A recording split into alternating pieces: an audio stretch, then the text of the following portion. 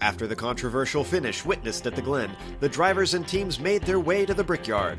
With Rash recovering from surgery, it meant an easy pole for Brian Strodbeck, while Steve Brown began the race on the outside of the front row. At the green, the Mustangs stayed clean, but it was only temporary. Dualjean Boldrin and Eric Smith had slight contact in turn 4, and later Phil Schrader spun in turn 1 after a light touch of the grass.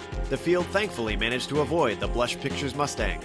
In ST class, Ayrton Ellis returned from his series hiatus with a bang by starting in first, while James Stevenson could only manage second in the face of the Team Titan. At the green, Stefan Overgaard's amazing start led to a thrilling 3-wide entry into turn 1. But the Dane was overeager and lost multiple spots as he mowed across the Indy infield. Meanwhile, in GS class, Chris Bird and German Afanador were battling very hard to claim 5th, but it all fell apart on lap 9 when the two tangled. They were both able to continue. Andrew Allen stayed busy making friends, first with Dualjean Boldrin on lap 15, then Scott Bersher on lap 24. On the ST side, Ellis led early with a commanding lead, but began to make mistakes. This put him in the clutches of Stevenson's red and green number 11.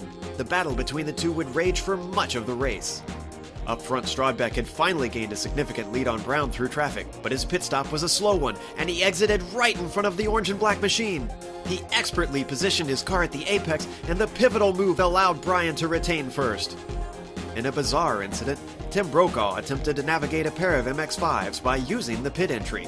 It severely backfired and ended the race of an innocent Dexter Castro.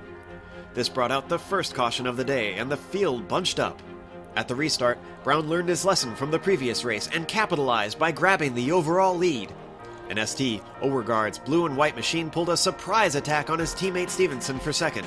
Unfortunately, yellows once again bred yellows, and before the lap was out, Rash made contact with German Afanador and Arthur Hermann in turns 8 and 10.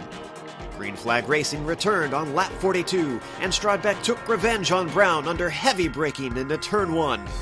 Behind them, Eric Smith's comeback run unfolded in a split second as he drifted into Clayson's Mustang, then impacted into the tire barriers. Battles raged up and down the field for 2 more laps until Chuck Johnson and Matthew Reinhold got mixed up. When Strodbeck led the field back to the restart on lap 45, he immediately covered the inside, and Brown weaved to avoid the disappearing gap. The pressure was on with 3 minutes left to go, and the driver's discretion buckled. Turn 6 saw multiple accidents that ruined the races of almost half a dozen drivers. The final yellow meant Strodbeck would take home his second win of the season, and Brown was yet again left to pine for his maiden win of Season 3. German Afanador rounded out the GS podium. Ayrton Ellis made an authoritative return with a win in ST. Stefan Overgaard was 1 position shy of making it a hat trick of wins, and James Stevenson took 3rd for the 3rd race in a row.